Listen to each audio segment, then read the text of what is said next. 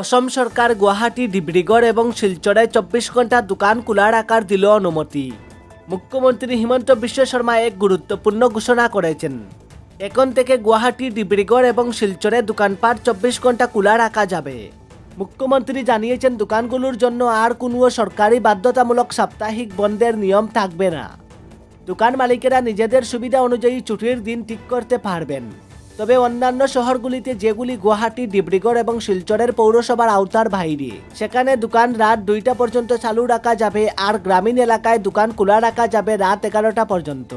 এই সিদ্ধান্ত ব্যবসা বাণিজ্যকে চাঙ্গা করতে এবং ছোট উদ্যোক্তাদের সুবিধা দিতে নেওয়া হয়েছে। পাশাপাশি রাজ্য সরকার কর্মীদের সুরক্ষার বিষয়টিও নজরে রেখেছে। মুখ্যমন্ত্রী স্পষ্ট করে দিয়েছেন কোনো কর্মীকে 48 ঘন্টার বেশি সপ্তাহে কাজ করানো যাবে না এবং একটানা 9 ঘন্টার বেশি কাজ করানো যাবে না।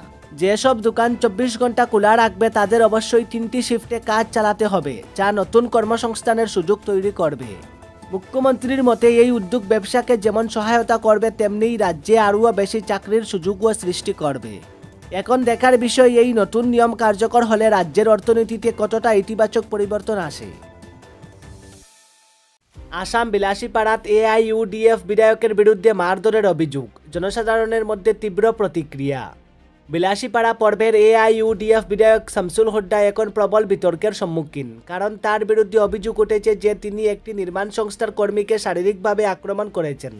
ঘটনাটি ঘটে 18ই মার্চ চুয়াপাতায় এক শিলান্যাস অনুষ্ঠানে। প্রতিবেদন অনুযায়ী MLA হুড্ডা বিকাল 3টা নাগাদ সেখানে উপস্থিত হন একটি রাস্তা ও পাকা সেতুর নির্মাণ কাজের উদ্বোধন করতে। প্রথমে অনুষ্ঠান শান্তিপূর্ণভাবেই চলছিল, কিন্তু তারপর হঠাৎ করে উত্তেজনার সৃষ্টি হয়। অভিযোগ, অনুষ্ঠানে ব্যবহৃত কলা গাছের উচ্চতা এবং ফিতা কাটার রং নিয়ে অসন্তুষ্ট হন হুডা এবং রাগের বশে নির্মাণ সংস্থার কর্মী শহীদুর রহমানকে গালিগালাজ করেন এবং মারধর করেন। এমনকি কলা গাছ দিয়েই তাকে আঘাত করার অভিযোগও উঠেছে। এই ঘটনার পরই শহীদুর রহমান গৌরীপুর থানায় অভিযোগ দায়ের করেন, যা পরে বিলাসীপাড়া থানায় স্থানান্তরিত হয়। এই ঘটনার পরই বিভিন্ন মহল থেকে MLA হুডার বিরুদ্ধে কড়া প্রতিক্রিয়া দেখা যায়। দেশে জনগোষ্ঠী মঞ্চ সহ বিভিন্ন সংগঠন এই ঘটনার তীব্র নিন্দা করেছে এবং মুখ্যমন্ত্রী হিমন্ত বিশ্ব শর্মার কাছে অনুরোধ জানিয়েছেন যে নিরপেক্ষ তদন্তের মাধ্যমে দোষীর বিরুদ্ধে কঠোর ব্যবস্থা নেওয়া হয়। জনপ্রতিক্রিয়ার চাপে 19 মার্চ বিধায়ক হুডা প্রকাশ্যে ক্ষমা চান এবং স্বীকার করেন যে তার আচরণ অনুচিত ছিল। তবে তার এই ক্ষমা প্রার্থনার পরও জনসাধারণের মধ্যে ক্ষোভ বজায় রয়েছে। প্রশাসন আশ্বাস দিয়েছে যে তদন্ত চলছে এবং আইন অনুযায়ী যথাযথ ব্যবস্থা নেওয়া হবে। দলাইয়ে 80 গ্রাম হেরোইন উদ্ধার, 3 জন গ্রেফতার।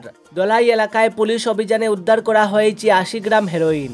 বিশ্বাস্ত সূত্রে পাওয়া তথ্যের ভিত্তিতে জাতীয় সড়ক 306 দিয়ে আসা একটি মহিন্দ্রা স্করপিও গাড়ি নম্বর AS 01BT0701 থামিয়ে তল্লাশি চালানো হয়। পুলিশের তল্লাশিতে গাড়ির পেছনের আসনের নিচে লুকিয়ে রাখা 5টি প্লাস্টিকের সাবানের কেস থেকে সন্দেহজনক মাদকদ্রব্য উদ্ধার করা হয়। পুলিশ জানিয়েছে উদ্ধারকৃত মাদকের বাজার মূল্য প্রায় 50 লক্ষ টাকা।